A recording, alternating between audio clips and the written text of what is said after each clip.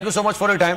हमारे साथ मौजूद है हसन खान। आप बोल की जो खिदमात हैं, बोल अपने नाजरीन के लिए जो भी सुबह से रिपोर्टिंग हो रही थी, जिस तरह से वोट डाले जा रहे थे, जो सारे मामला हो रहे थे, पाकिस्तान तहरीक इंसाफ के सीनियर रहनुमाओं ने बोल का शुक्रिया अदा किया है और उनकी सहाफत को कदर की निगाह से वो देखते हैं, ऐसा उन्होंने कहा है।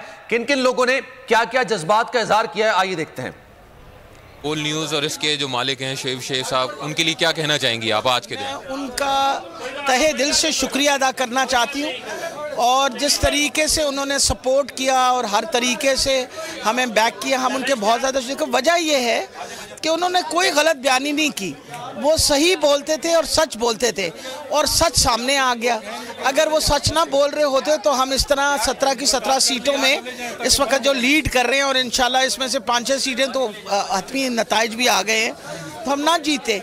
वो सही बात करते थे, बाकी लोगों को उनकी बात बुरी लगती थी, तो मैं उनकी बड़ी मशकूर हूँ। पूरी कौम को मुबारक हो, बोल न्यूज़ को बिलखुसूस मुबारक हो। जिस तरह से शुएब साहब के ऊपर भी इंतकामी कार्रवाइयाँ की जाती रहीं और जिस तरह से इस चैनल को, इस चैनल के एंकर्स को, इसको समी इब्राहिम मेरे भाई, उनको बहुत मुबारक हो और बाकी तमाम जमील फारूकी को और सबको बेसिकली बोल के तवज्जुह से पूरी पाकिस्तानी कौम को मुबारक हो।